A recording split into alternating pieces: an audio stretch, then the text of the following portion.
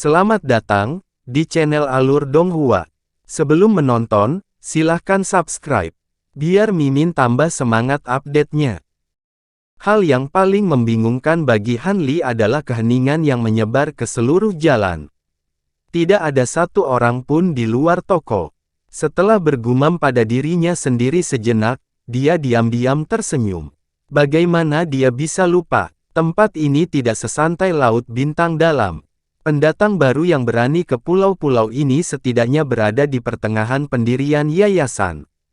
Mereka semua harus keluar berburu binatang iblis. Han Li kemudian mengangkat kepalanya dan melihat sekeliling, menemukan bahwa tempat ini sebenarnya dibangun dengan punggung ke gunung kecil. Han Li merenung sejenak sebelum berjalan menuju toko barang umum yang dibangun dari puing-puing. Apakah ada peta laut baru dari daerah terdekat? Sebelum Han Li tiba, dia telah mengetahui bahwa peta laut dari Kepulauan Binatang Iblis terus-menerus diganti dan peta terbaru adalah yang paling berguna. Kami memiliki peta umum dan peta terperinci. Tipe mana yang disukai senior? Penjaga toko dari toko barang umum adalah seorang pembudidaya ki kondensasi setengah baya. Dia memberikan jawaban yang antusias setelah mereka datang dan mengajukan pertanyaan kepadanya. Peta terperinci. Han Li langsung menjawab. Peta terperinci berharga 100 batu roh. Pria paruh baya itu menyatakan dengan berani. 100. Han Li merasa bahwa dia salah dengar, tetapi wajahnya segera menjadi gelap dan menunjukkan kemarahan. Meskipun dia tidak bermaksud memprovokasi masalah, dia tidak akan membiarkan dirinya ditipu oleh seorang kultivator tingkat rendah. Senior seharusnya tidak salah paham. Harga ini tidak diputuskan oleh saya, tetapi oleh atasan saya. Saya hanya menuruti perintah. Selain itu, pembudidaya lain juga menjual peta baru kepada kami dengan harga tinggi.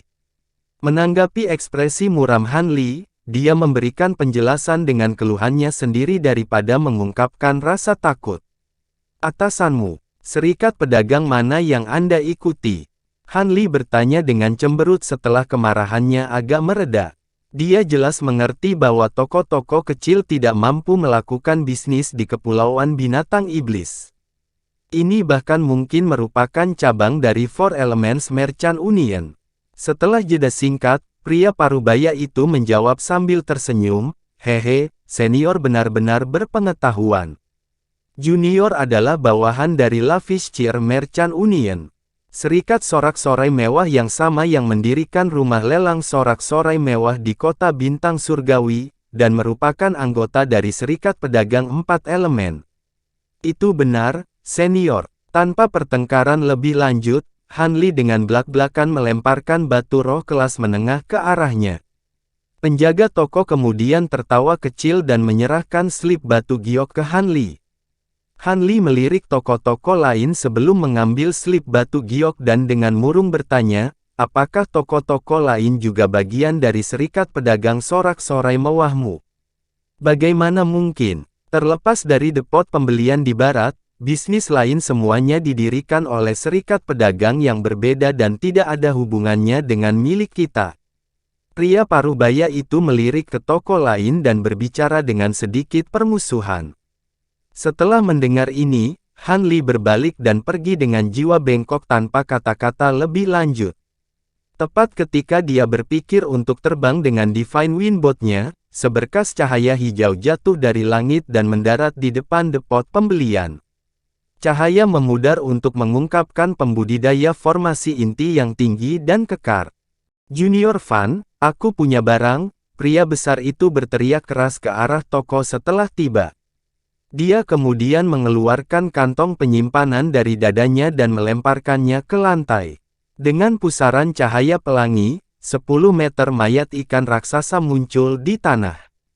Meskipun seperti ikan, satu-satunya hal yang mirip ikan adalah sisik hijau di tubuhnya. Ia memiliki kepala ular sanca dan cakar besar di perutnya, dan ada lubang berdarah di punggung atasnya, sepertinya inti iblisnya telah dicabut. Ah, senior Hao telah tiba. Ikan setan Jadeskale ini cukup sulit untuk dibunuh. Hanya keterampilan senior yang benar-benar luar biasa yang bisa membunuhnya. Seorang pemuda ki kondensasi dengan cepat berlari keluar dari toko dan memeriksa mayat iblis dengan mata cepat.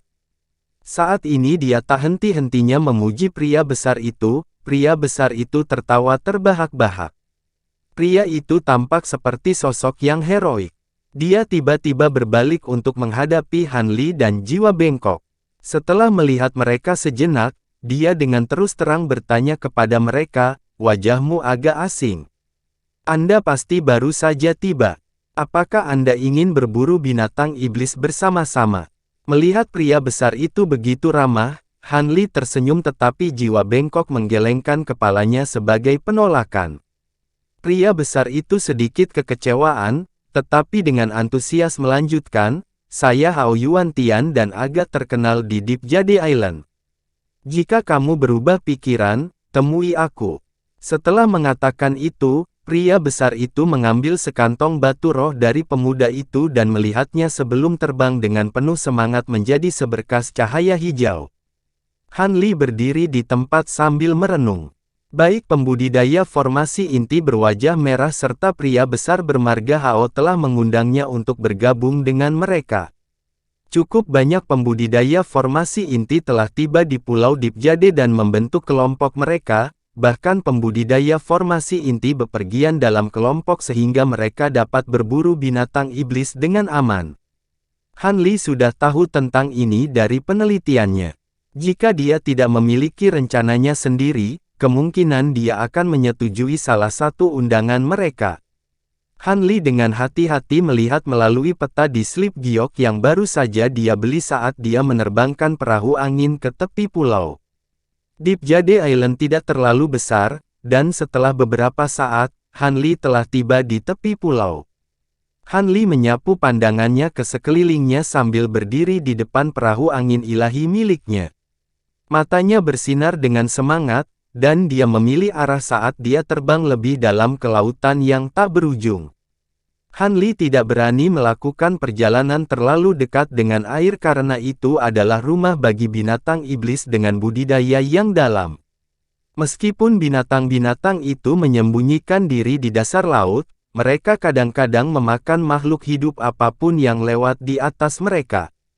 Jika ada pembudidaya yang memperingatkannya, mereka hampir pasti akan dikonsumsi juga.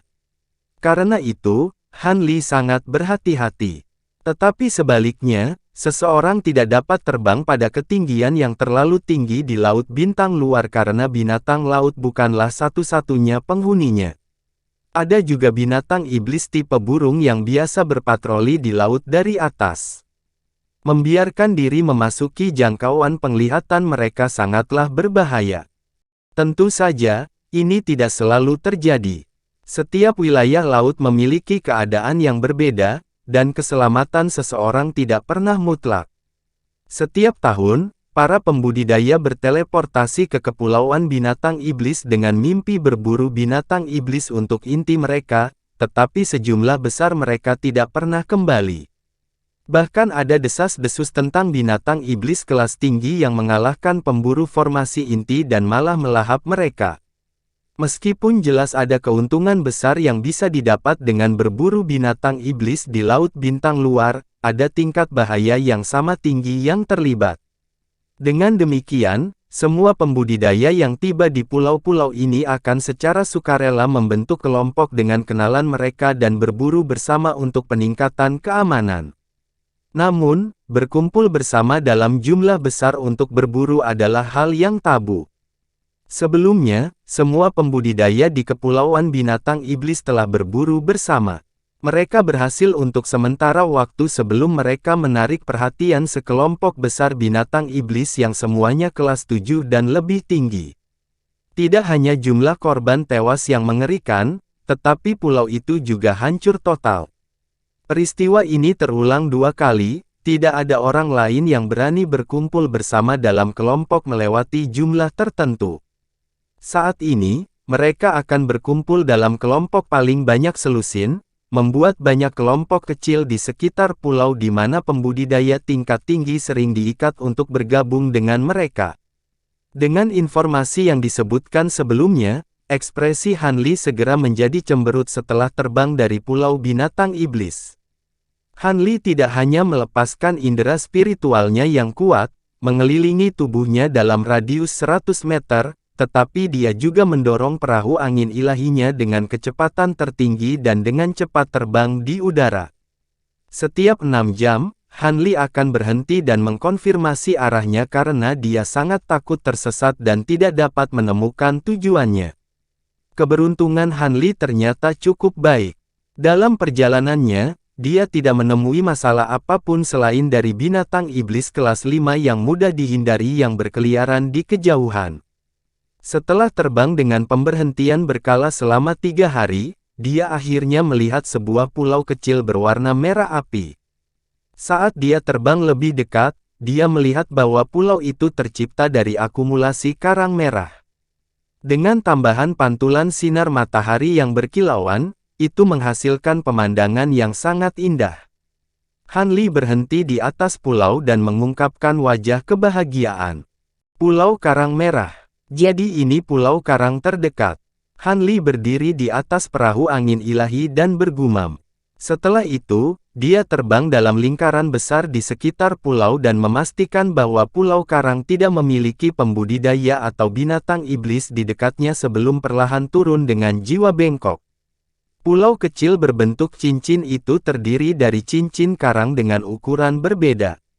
Hanli berdiri di atas permukaan yang halus dan menginjakkan sepatunya ke tanah untuk membuat butiran debu halus berwarna merah tua. Dia kemudian mengangkat kepalanya untuk memeriksa topografi pulau itu. Sesaat kemudian, dia menyipitkan matanya dalam kontemplasi. Memerintahkan jiwa bengkok untuk berjaga-jaga di dekatnya, dia tiba-tiba berangkat untuk berjalan di sekitar pulau. Di bawah perlindungan jiwa bengkok, Hanli melakukan pemeriksaan menyeluruh terhadap cincin karang barat dan timur pulau itu. Setelah melakukan pemeriksaan penuh terhadap pulau itu, dia bahkan terjun ke laut di tengah pulau dan tidak muncul sampai setengah hari kemudian. Pada hari ketiga, Hanli menyelesaikan penyelidikannya dan akhirnya mengambil keputusan. Dia memerintahkan jiwa bengkok untuk menempatkan 3 formasi besarnya, formasi pembalikan 5 elemen, formasi angin surgawi, dan formasi ilusi pemindah surga, di lokasi yang dipilihnya. Ketiga formasi tersebut semuanya menutupi bagian tengah Pulau Karang Merah. Setelah meletakkan 3 formasi, Hanli juga mengatur beberapa formasi sihir skala kecil di tengah Pulau Karang Merah. Dengan setiap arah tertutup dari pusat, itu menciptakan jaring yang tak terhindarkan. Setelah melakukan semua ini, Hanli dengan hati-hati memeriksa pekerjaannya dan memastikan bahwa tidak ada yang terlewatkan. Kemudian, dia mengeluarkan kotak giok dari kantong penyimpanannya dan dengan lembut membelainya. Hanli mengungkapkan senyum misterius dan perlahan membukanya, mengungkapkan ramuan obat besar yang memiliki 13 daun di tangkainya. Daunnya benar-benar meringkuk, membuatnya terlihat aneh. Yang lebih penting lagi adalah kabut putih yang dibawa tanaman itu yang secara samar-samar mengeluarkan cahaya pelangi, menjadikannya pemandangan yang luar biasa. Tampaknya bersifat supranatural. Ini adalah kartu truf terbesar Hanli, rumput roh pelangi. Meskipun ramuan itu tidak umum, itu juga tidak bisa dianggap langka. Item ini dapat ditemukan di terumbu karang di Pulau Bintang tersebar. Namun, jika seseorang mencoba menanam ini di tanah biasa, itu akan menyebabkan sekelilingnya bersinar dengan warna selama 1 atau 2 hari sebelum mati. Itu cukup menarik. Yang paling menarik adalah bahwa warna yang bersinar akan sama dengan lingkungan tempat ia tumbuh, mengubah warna lokasinya saat ini, apakah itu biru, merah, atau warna lainnya. Namun, itu tidak memiliki efek obat yang signifikan bagi para pembudidaya. Terlepas dari daya tariknya, pembudidaya umum hanya akan melihatnya sebagai bahan yang digunakan dalam beberapa pil obat kelas rendah. Namun, rumput roh pelangi memiliki nama lain, rumput setan, dan sebelumnya telah menyebabkan sejumlah besar kegemparan di dunia budidaya laut bintang yang tersebar. Pada saat itu, seorang kultivator yang tidak dikenal secara tak terduga menemukan bahwa setiap 100 tahun, salah satu dari 13 daun keriting dari ramuan obat yang sangat indah ini secara bertahap akan terbuka. Setelah sepenuhnya terbuka, itu akan melepaskan aroma aneh yang bertahan selama seminggu penuh. Aroma itu tidak berpengaruh pada pembudidaya, tetapi bagi banyak binatang iblis di laut, itu adalah aroma yang sangat memikat. Dengan sedikit bau, binatang iblis akan langsung mencarinya, berlomba untuk menjadi yang pertama menemukan dan melahap sumbernya. Selain itu, semakin tua rumput roh pelangi, semakin jauh aromanya menyebar, dan semakin kuat binatang iblis yang akan ditariknya. Dikatakan bahwa seorang ahli Nas Chen Sol sebelumnya telah menemukan tangkai rumput roh pelangi berusia 1000 tahun di kedalaman laut bintang luar yang baru saja membuka daun ke-11-nya. Akibatnya, ahli ini secara pribadi telah melihat beberapa puluh binatang iblis kelas 6 dan kelas 7 melakukan serangan serentak ke arahnya, membuat ahli itu melarikan diri. Ketika ini kemudian diketahui di dunia kultivasi, banyak pembudidaya memiliki pemikiran untuk menggunakan ramuan ini untuk memikat binatang iblis agar mudah berburu, karena pembudidaya kelas tinggi sering pergi berbulan-bulan di laut bintang luar tanpa bertemu satu pun binatang iblis. Terhadap mayoritas pembudidaya, binatang iblis kelas 5 adalah target terbaik, karena berburu binatang iblis kelas 6 dan 7 menimbulkan risiko kematian yang terlalu besar. Adapun binatang iblis kelas 8 dan lebih tinggi, hanya pembudidaya Nas Chen Sol tua yang tidak akan lari saat melihat mereka. Orang lain hanya akan menjadi makanan binatang iblis. Jumlah binatang iblis di laut bintang luar benar-benar hebat. Namun, mereka benar-benar sulit ditemukan karena mereka jarang meninggalkan tempat persembunyiannya dari laut dalam. Kecuali pembudidaya tingkat tinggi terbang ribuan kilometer hari demi hari di atas lautan atau memiliki kemampuan luar biasa untuk mencari laut dengan indera spiritual mereka, menjelajahi laut bintang yang terserak selama setengah tahun tanpa bertemu binatang iblis adalah kejadian yang sangat umum. Bagaimanapun, laut bintang luar benar-benar luas dan berbagai binatang iblis masing-masing memiliki metode penyembunyian mereka sendiri. Cukup mudah untuk mengabaikan mereka bahkan ketika mencari dengan akal spiritual. Ketika ditemukan bahwa rumput roh pelangi dapat menarik binatang iblis, itu menyebabkan kegemparan. Untuk sementara waktu, rumput roh pelangi yang cukup tua cukup berharga. Namun, segera diketahui bahwa ide ini hanyalah fantasi belaka. Pertama-tama, tidak ada metode untuk memprediksi saat yang tepat daunnya akan menggulung.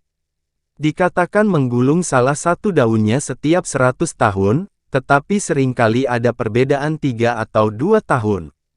Kedua, ada penemuan menyedihkan bahwa rumput roh pelangi kehilangan kemampuannya untuk membuka daunnya dan melepaskan aroma uniknya 100 tahun setelah dipetik. Dengan demikian, setiap pikiran untuk mengangkutnya ke laut bintang luar padam. Adapun namanya sebagai rumput setan, dengan cepat dibuang, dan kembali disebut rumput roh pelangi. Ketika Hanli menemukan catatan mengejek dan bersahaja ini dalam slip batu giok, matanya bersinar dengan inspirasi. Kemampuan botol kecil itu hanya menunggu untuk digabungkan dengan ramuan spiritual.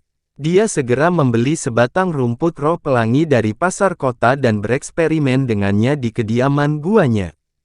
Akhirnya, secara bertahap membuka daunnya selama 5 hari di bawah pengaruh cairan hijau. Setelah itu, ia mengeluarkan aroma aneh. Hanli menempatkan 2 laba-laba blojadenya ke kebun obat. Akibatnya, 2 binatang iblis segera melompat ke arah rumput roh pelangi dan benar-benar melahapnya. Setelah itu, aroma memudar dan 2 laba-laba putih kembali normal. Sementara hasil ini datang sebagai kejutan, dia juga merasa khawatir tentang laba-laba blojadenya. Setelah memeriksanya dengan hati-hati selama beberapa hari berikutnya dan menemukan bahwa tidak ada yang aneh. Dengan kartu truf ini, dia dipenuhi dengan kepercayaan diri dalam berburu binatang iblis untuk inti mereka. Setelah melakukan persiapan lagi, Han Li tidak hanya membawa dalam jumlah besar, tetapi dia juga mengunjungi banyak pulau karang di wilayah Pulau Deep Jade setelah tiba. Lagi pula, rumput rok pelangi hanya bisa bertahan di pulau karang. Setelah meletakkan jaringnya yang tak terhindarkan di pulau karang merah, dia menunggu rumput roh pelangi matang dan binatang iblis datang. Han Li telah menemukan terumbu karang yang terisolasi di laut di tengah pulau karang merah berbentuk cincin dan menanam tunas rumput rok pelangi di atasnya. Meskipun dia tahu bahwa semakin tua rumput rok pelangi, semakin besar area efeknya, dia memulai dengan yang berusia 100 tahun. Han Li mengeluarkan botol kecil dari tubuhnya dan dengan hati-hati meneteskan cairan hijau ke ramuan roh. Dia kemudian bermeditasi di pulau karang terdekat dengan jiwa bengkok, keduanya menjaga kekuatan mereka untuk apa yang akan datang. 3 hari kemudian, rumput rok pelangi telah membuka sehelai daun di depan Han Li dan mengeluarkan aroma aneh. Han Li melambaikan tangannya. Dengan kilatan cahaya, bendera formasi bercahaya dari berbagai warna muncul tertanam di tanah di sekitarnya. Han Li menatap bendera formasi sejenak sebelum dengan tenang menutup matanya sekali lagi. Dia telah memutuskan bahwa jika tidak ada binatang iblis yang muncul dalam beberapa hari ke depan, dia akan memberikan rumput rok pelangi setetes cairan hijau lagi dan meningkatkan jangkauan efek godaan iblisnya. Dengan ini, binatang iblis pasti akan datang. Terima kasih sudah menonton, sampai jumpa di episode selanjutnya. Jangan lupa subscribe, like, dan nyalakan loncengnya. Sampai jumpa.